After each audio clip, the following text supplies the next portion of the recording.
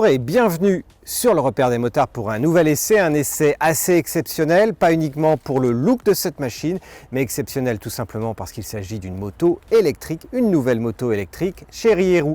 Rieru, la marque espagnole, une marque espagnole connue avec une histoire assez longue puisqu'elle remonte à 1934, une histoire dans la moto, dans le tout-terrain, dans la bicyclette électrique et désormais avec ce NUC dans la moto électrique.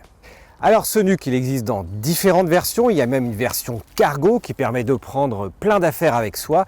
Là on est dans la version homologuée et équivalente 125 cm3 avec un moteur qui délivre 10 kW. 10 kW pour vous dire à quoi ça se transforme, eh bien ça se transforme tout simplement dans une machine qui est capable d'aller flirter avec les 100 km/h, pour quasi une autonomie identique, mais pas en étant tout le temps à 100 km, et c'est d'ailleurs l'une des caractéristiques de ce modèle, mais un modèle pour autant très bien fabriqué, et ce qui est assez fou dans ce look unique, que je ne commenterai pas, les goûts, les couleurs, tout ça, c'est pas ça qui est l'essentiel.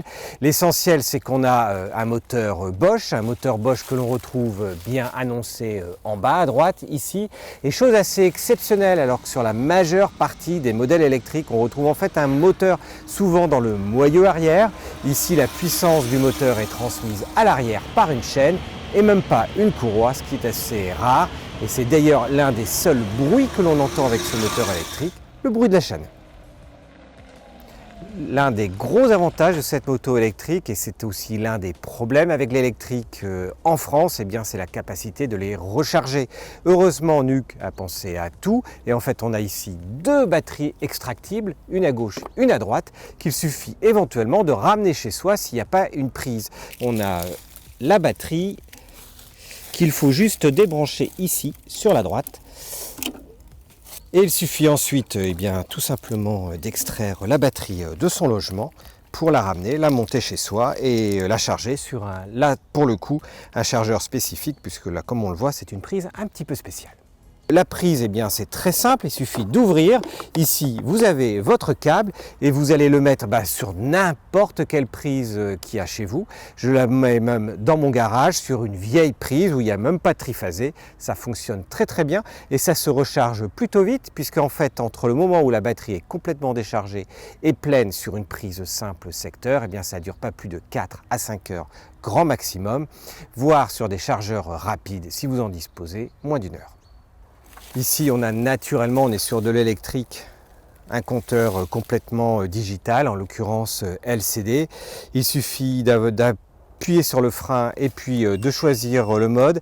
Et puis là, on n'a rien entendu, juste une petite clips pour dire, voilà, prêt à conduire, c'est indiqué. On a ici bien l'indication pour dire, on a 65% de batterie encore.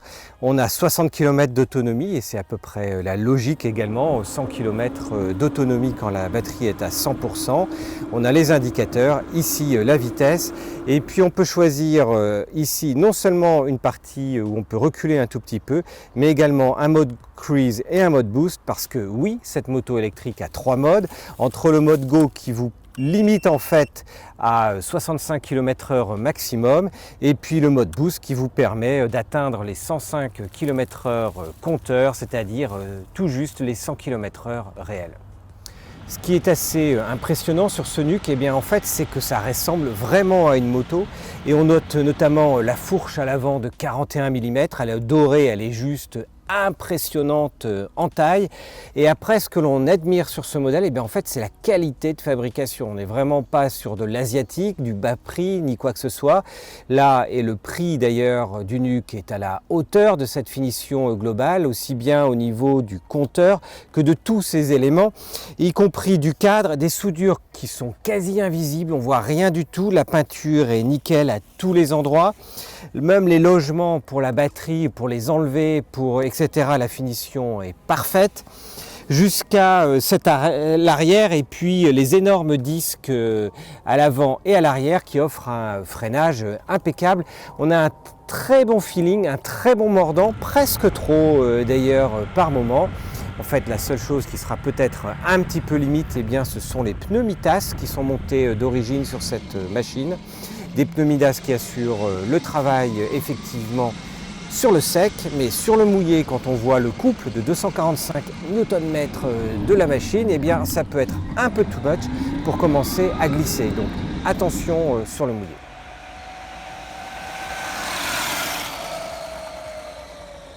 Ce qu'il y a de bien pour ce type de machine également en équivalent 125, c'est l'accessibilité parce qu'elle n'est pas très haute. Donc le conducteur d'1,70 m mettra parfaitement les pieds à terre sur la machine.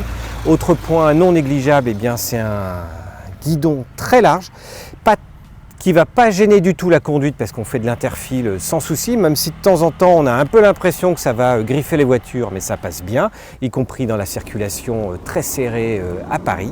Ce qui est juste un petit peu rigolo dans cette position, en fait, c'est qu'on a deux minuscules repose-pieds et le nombre de fois où j'ai eu envie de freiner avec la pédale droite est juste impressionnant. J'ai du mal à avoir le réflexe de me dire non, en fait ça se conduit quasi comme un scooter parce qu'il n'y a pas de vitesse effectivement.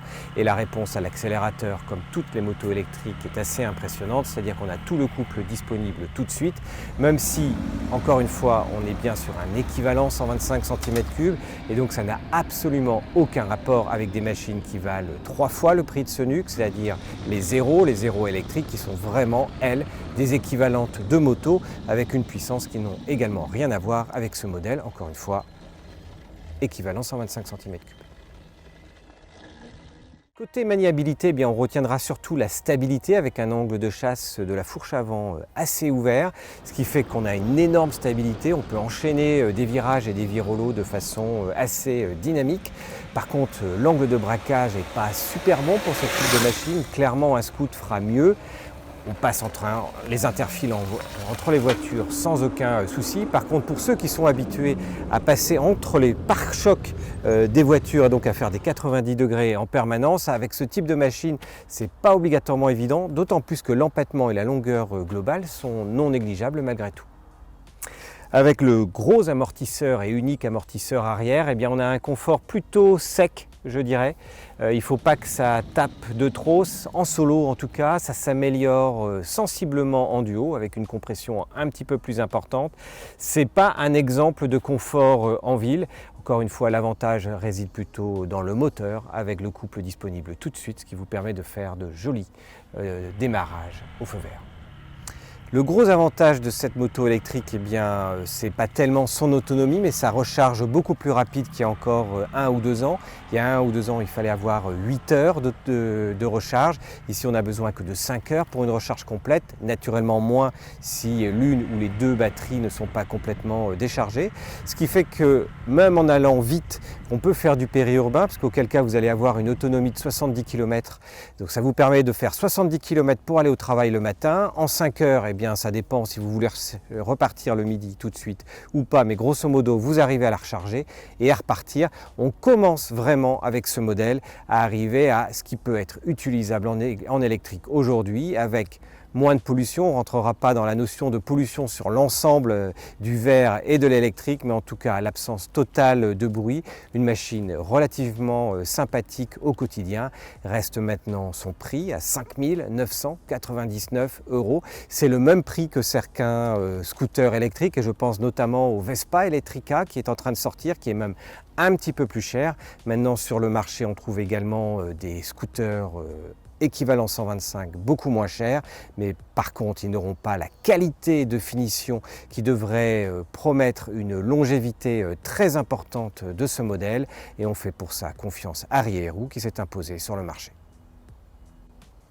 Vous avez aimé cet essai de modèle électrique avec nous. On essaie de mettre encore plus d'informations dans la partie article essai écrit sur le site Le Repère des Motards. Donc n'hésitez pas à aller cliquer sur le lien dans la description. Vous serez sûrement nombreux à nous dire qu'on a oublié 1 ou 2 points. Ça sera sûrement dans l'article. En attendant, si vous avez aimé, un petit pouce, ce sera avec grand plaisir. Et si vous n'êtes pas encore abonné à la chaîne du Repère, n'hésitez pas à cliquer en bas à droite. Et on vous invite à nous retrouver très vite pour un nouvel essai sur le Repère des Motards, de motos, les millésimes 2019, de scooters ou de nouveau des motos électriques. À bientôt, ciao, salut!